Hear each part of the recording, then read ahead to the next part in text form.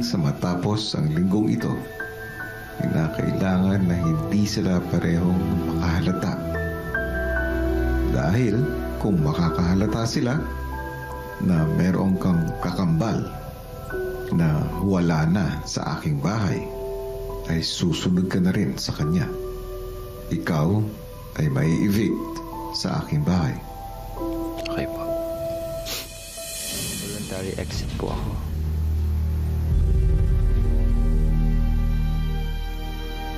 Gaano ka kadesidido sa iyong desisyon? 100% po. Gaano kahalaga para sa iyo ang pagpasok mo sa aking bahay? Mahalaga po.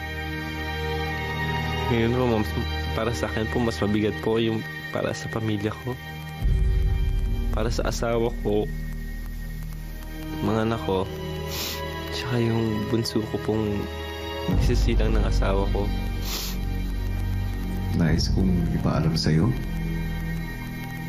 na hinahangaan ko ang iyong desisyon. Alam ko kung gaano kahalaga para sa iyo ang manatili dito sa aking bahay. Alam ko na ginawa mo ang lahat para matuloy ang iyong pagpasok dito. Para sa ganun, ay mabigyan ng katuparan ang pangarap ninyong dalawang magkapatid. Opo. Ikaw at ni Jayan. Opo. Pero, gaya nga ng sabi mo, sa buhay natin, kailangang mamili. Mamili ng kung ano ang mas mabigat. Opo. Kung ano ang mas mahalaga. Opo. JP, tinatanggap ko ang iyong pag-voluntary exit. Dahil naniniwala ako na sa lahat ng pagkakataon bilang isang ama ay mas mahalaga na matugunan mo ang pangangailangan ng iyong pamilya. At dahil dyan, JP, binibigyan ko ng pagkakataon ang iyong kakambal na manatili pa dito sa aking bahay. Thank you, big brother. Maraming salamat po. Walang anuman, JP. Maraming salamat po. Binibigyan ko siya ng pagkakataon na tapusin ang task na ibinigay ko sa inyo. Binibigyan lamang kita ng 30 minuto na makalabas ng aking bahay, pero hindi yun dapat malaman ng kahit na sino mang housemate. Kasama na ng iyong kakambal. Good night, guys. Good night.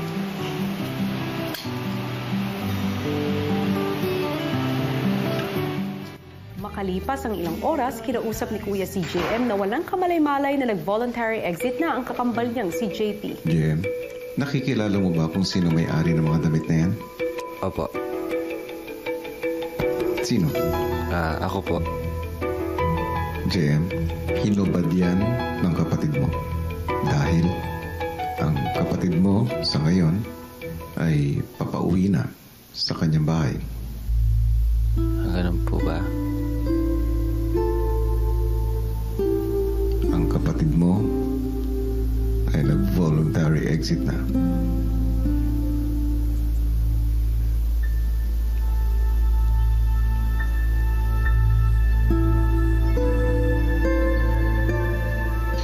JM, Po.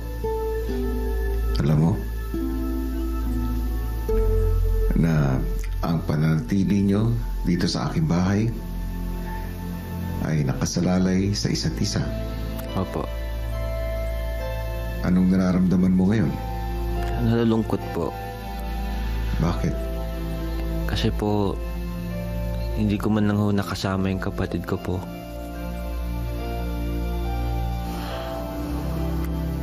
Siyempre nalungkot po ako dahil po dream din po niya kasi ito eh. Pareho namin pong dream to.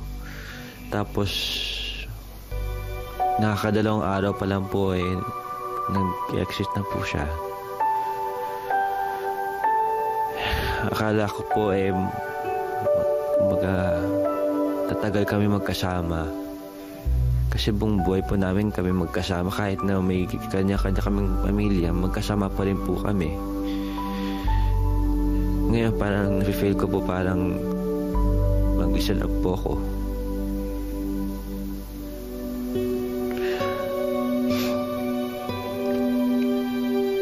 Nalungkot din po ako dahil kasi po alam kong gusto rin niya po nandito para po sa pamilya po niya.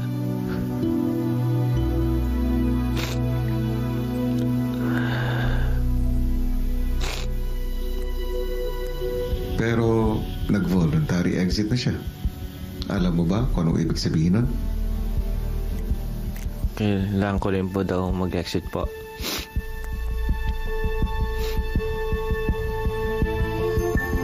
Hindi pa sa kasalukuyan. Pero, sinasabi ko sa'yo, delikado ang pananatili mo dito sa aking bahay.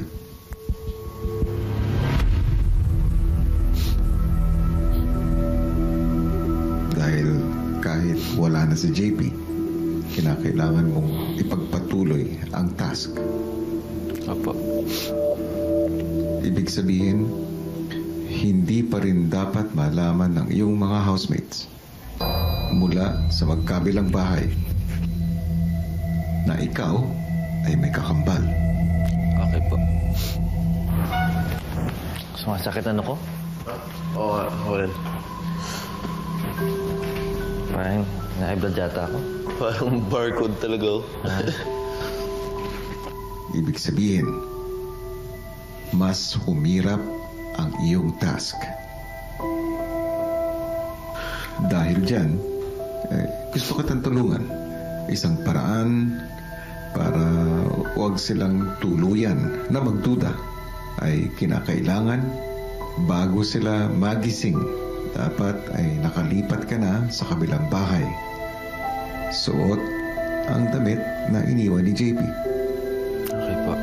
Pero dapat hindi rin magduda sila Princess hanggang sa matapos ang linggong ito. Kinakailangan na hindi sila parehong makahalata. Dahil kung makakahalata sila na merong kang kakambal na wala na sa aking bahay, ay susunod ka na rin sa kanya. Ikaw ay mai-evict sa aking bahay.